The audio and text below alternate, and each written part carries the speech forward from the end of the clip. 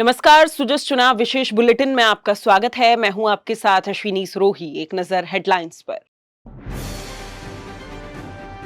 प्रदेश भर के रिटर्निंग और सहायक रिटर्निंग अधिकारियों को मिली विशेष वर्चुअल रिफ्रेशर ट्रेनिंग। विशेषज्ञों ने दी चुनाव प्रक्रिया की जानकारी। आपराधिक रिकॉर्ड वाले उम्मीदवारों को अपराध की जानकारी करनी होगी सार्वजनिक। मुख्य निर्वाचन अधिकारी ने कहा, समाचार पत्र और टीवी चैनल्स में 3 बार देनी होगी सूचना।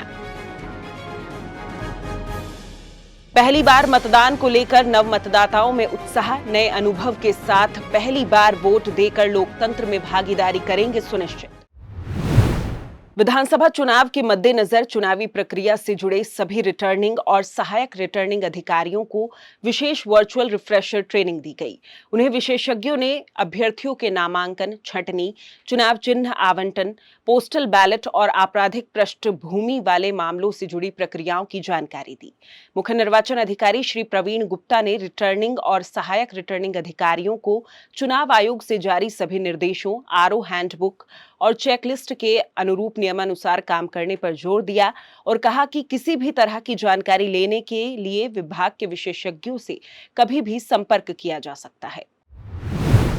मुख्य निर्वाचन अधिकारी ने बताया कि सुप्रीम कोर्ट के निर्देशों के तहत आयोग ने अभ्यर्थियों के आपराधिक रिकॉर्ड प्रसारित करने के संबंध में दिशा निर्देश जारी कर दिए हैं। ऐसे मामलों में राजनीतिक दलों और अभ्यर्थियों को राष्ट्रीय और स्थानीय समाचार पत्रों और टीवी चैनल्स पर 10 से 23 नवंबर तक 3 बार इस बारे में जानकारी देनी होगी।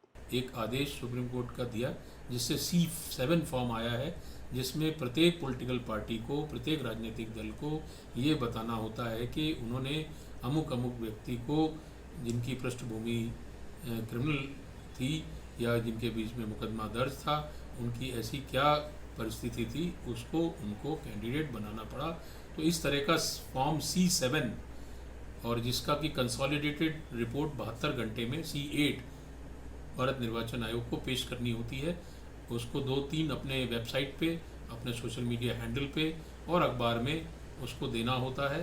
साथ में उसको ये भी बताना होगा 48 घंटे में कैंडिडेट घोषणा करने के पश्चात राजनीतिक दलों को इसकी सूचना अपने 3 जगह देनी होगी और उसकी कंसोलिडेटेड सूचना कि हमने ये कार्रवाई कर दी है C8 में भारत निर्वाचन आयोग को और एक प्रति मुख्य निर्वाचन अधिकारी कार्यालय में देनी होगी। तो चलिए अब जिला रिपोर्ट में बात करेंगे स्वीप और दूसरी गतिविधियों की। चूरू जिले के राजकीय लोहिया महाविद्यालय की छात्रा कृष्णा और दिव्या आगामी चुनाव में पहली बार मतदान करेंगी। उनका कहना है कि पहली बार वोट देकर लोकतंत्र में अपनी भागीदारी सुनिश्चित करने को लेकर वे बेहद उत्साहित हैं। मैं इस बार फर्स्ट बार वोट देने जा रही हूँ। मेरे को देखना है कि वहाँ अंदर का कैसा माहौल होता है, कैसा अवसर होता है, इसलिए मैं एक्साइटेड हूँ। मेरे फर्स्ट टाइम वोट देने जा रही हूँ, मैं इसके लिए बहुत ज़्यादा एक्साइटेड हूँ। मैं जानना चाहती हूँ कि वोट देने में क्या क्या होता है, वहाँ पे माहौल कैसा होता है, कैसी सिक्योरिटी होती है, वोटिंग मशीन से किस किस तरह की आवाज़ आती है। और मैं इस चीज़ के लिए बहुत ज़्यादा एक्साइटेड हूँ कि है ना, इस बार मैं एक सरकार के चुनाव में अपना योगदान दूँ। बूंदी में तृतीय मतदान अधिकारियों का प्रथम प्रशिक्षण संपन्न हुआ। प्रशिक्षण में मतदान कर्मियों को प्रक्रिया की जानकारी दी गई। श्रीगंगानगर में वीसी के माध्यम से रिटर्निंग, सहायक रिटर्निंग अधिकारियों, उप जिला निर्वाचन अधिकारियों और नोडल अधिकारियों को प्रशिक्षण दिया गया। वहीं गंगापुर सिटी के मीना बड़ौद और शारौली में मतदाता जागरूकता के लिए शपथ, नारा लेखन, पोस्टर प्रतियोगिता, मेहंदी और रंगोली सहित गतिविधियां आयोजित हुई।